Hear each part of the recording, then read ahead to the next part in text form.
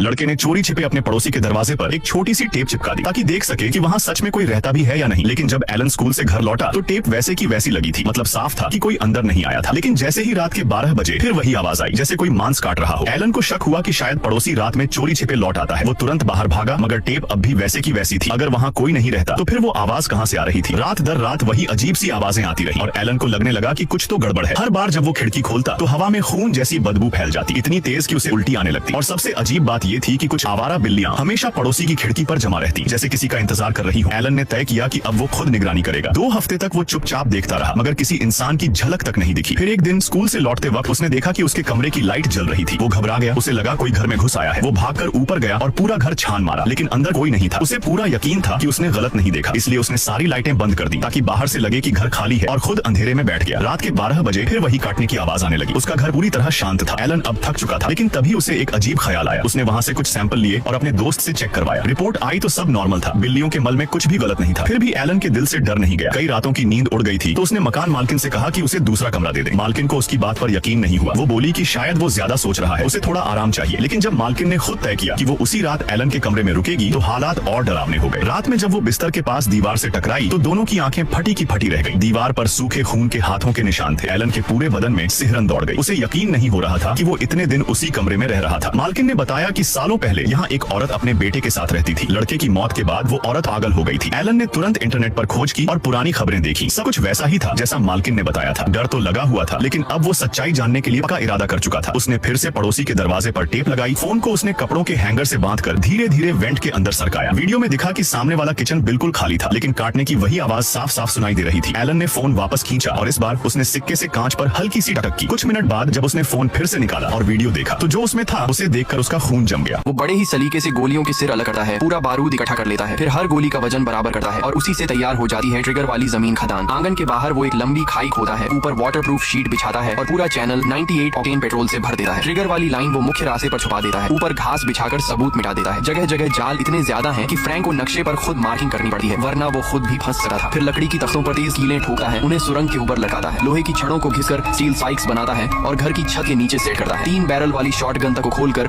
वो auto fire trap में बदल देता है। लेकिन ये सब बस दाखिला रोकने के लिए है, सामना तो सीधे हथियारों से ही होना है। गैरेज में पुरानी असॉल्ट राइफलें, पुराने कारतूस, सबको वो मरम्मत कर फुल पावर पर ले आता है। और सबसे खौफनाक बात, उसे कहीं से क्लेमोर, माइन और C4 भी मिल जाती है। स्पष्ट था, फ्रैंक ने जिंदा बचने का इरादा छोड़ दिया है। ये लड़ाई आखिरी है और एक तरफा। और ये सब शुरू किससे हुआ? फ्रैंक ने जिंदगी भर शादी नहीं की, मगर 6 साल की एमिली को गोद लेकर उसे अपना सब कुछ बना लिया। 18वें जन्मदिन पर एमिली ने कहा उसने अपने असली बाप को ढूंढ लिया है। फ्रैंक जानता था वो आदमी नीच है, फिर भी उसने कहा तुम्हें रोकना मेरा हक नहीं। अगर तुम वापस आना चाहो ये घर हमेशा तुम्हारा है। लेकिन एमिली को अंदाजा नहीं था वो आदमी